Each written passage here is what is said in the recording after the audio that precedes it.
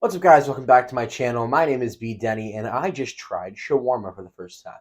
Today, for my triumphant return to YouTube, I'm going to give my review of the Rogers Center in downtown Toronto. The Rogers Center is home to the Toronto Blue Jays and was the former home of the Toronto Raptors.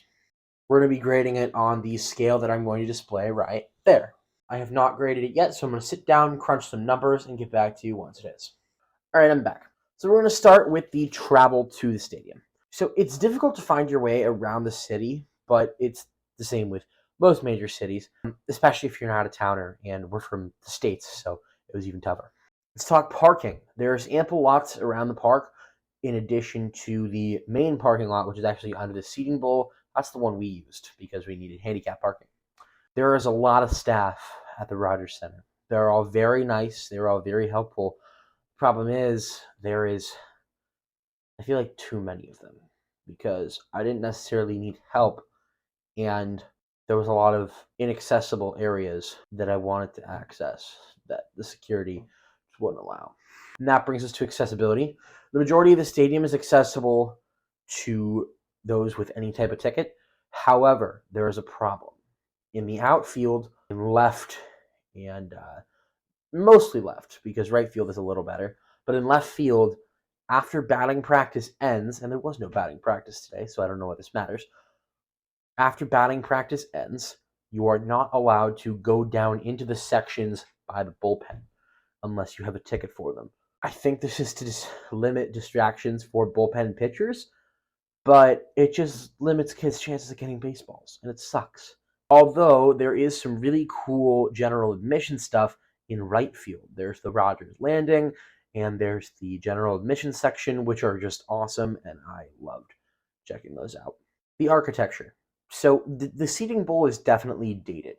There is remnants of the former movement of the sections to accommodate football, and it looks glossed over.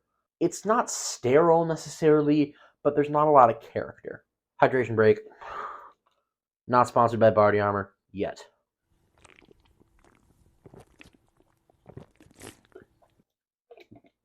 Fire.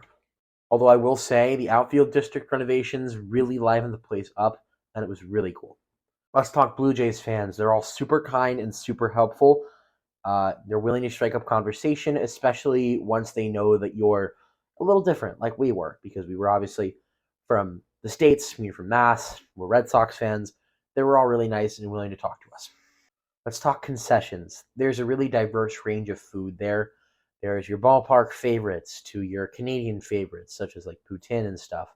There's your standard pizza. There's tacos. There's halal food, kosher food. There's a lot of stuff on the Rogers Center menu. I personally indulge in a delicious Nashville hot chicken sandwich from Mary Brown's. I've never had Mary Brown's up until then, and it was pretty damn good. Next, let's talk about the team store where I got this gorgeous t-shirt. There's a lot of stuff in there. It's really cool. It's reasonably priced in Canadian dollars. The one thing I will say is they don't really manage the crowd well. There was a line almost wrapped around the thing. It doesn't matter. Everybody got through. Everybody got their merchandise. Now let's talk about my personal experience at the Rogers Center. I love spinny chairs. Woohoo! So my trip to the Rogers Center was today, July 16th. They played the Diamondbacks in Game 3 of a 3-game series. The Blue Jays won by a score of 7-5. The winning pitcher was Jay Jackson. I sat in section 130A in the last row, but it was fantastic view, great seats. Of course, we were in Canada, so we heard not only the Star Spangled Banner, but O Canada, which is a nice touch.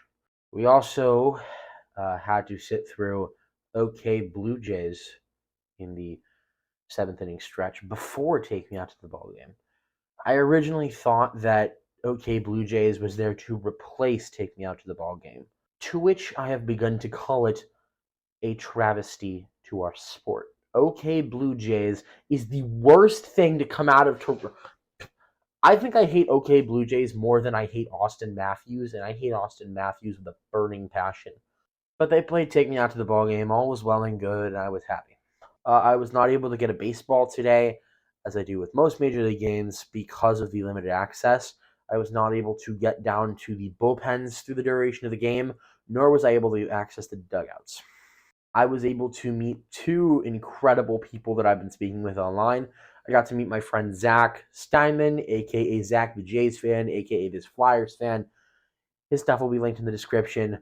I also got to meet Braden, aka Braden the Caps fan. He will be linked in the description as well. It was a pleasure to meet those guys, and they were all really kind. And now, story time. So, because my mom has a physical handicap, she got a wheelchair escort to and from her seats. So, that also meant that we had to take the elevator. When we were going down on our elevator, we actually went up first, and then we got to the field level, and that's when Yimmy Garcia got on the goddamn elevator. I got to talk to him, get a selfie with him. He was super nice. Unfortunately, he didn't speak all that much English, but he was still an absolute legend, and it was so cool to meet him. So my personal experience at the Rogers Center was nothing shy of fantastic, and I personally can't wait to try and make another visit. Here's my final ranking. Travel to the stadium gets a 3 out of 10 because it was a little harder to access. Parking gets an 8 out of 10 because there was ample spots. The staff get a 6 out of 10 because as much as they were nice, they also enforced strict rules, which I guess is not their fault. Accessibility gets a 6 out of 10 because multiple sections were closed off to exclusively people who had tickets for them. Architecture gets a 7 out of 10 because the outfield really carries here. The rest of the stadium's pretty dated. Food gets a 10 out of 10 for the diverse options that they offered.